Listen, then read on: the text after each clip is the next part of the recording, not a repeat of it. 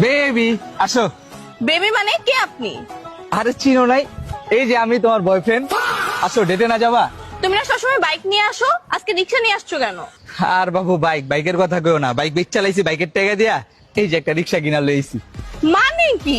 কি করবো কও, তেলের যে দাম 200 টাকা লিটার তেল, টাকার সাবজেক্ট তেলে বাদ দিলাম, 2-3 ঘন্টা সিরিয়ালে খাড়ায় তারপরে তেল লইতে হয়, তাও কি 1 লিটারের বেশি দেয় না। আর তুমি তো বাবু ডেটে আসলে হাঁটতেই পারো না, তোমার হয়তো বাইক লাগে আর নাইলে গাড়ি লাগে।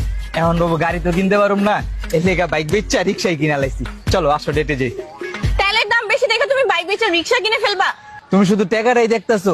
এই যে পাম্পে গেলে যে 4-5 ঘন্টা সিরিয়ালে দাঁড়ায় সময় নষ্ট করতে হয়, অতটুকু সময় আমি রিক্সা লয়ে বাইরেলে 4-5টা খেপ মারতে পারুম, আর খেপ মাইরা 500-600 টাকা ইনকামও করতে পারুম।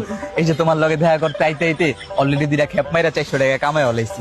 আহো দুইজনে ভালো একটা রেস্টুরেন্টে যাই, খাই, আর যেতে যেতে মনে করো যদি প্যাসেঞ্জার দিয়ে একটা পাই লয়ে মনে। আহো। আরে তোমার আইডিয়াটা তো অনেক জোস। তোমার মতো রিক্সাওয়ালা বয় না, তোমার মতো স্মার্ট বয়ফ্রেন্ড সবার দরকার। চলো আসো, আজকে তোমারে নিয়ে রিক্সা পুরো সারা ঢাকা শহর ঘুরুম। ভাড়া কিন্তু বাবু অর্ধেক দিতে হইব। আমি কেন ভাড়া দিব?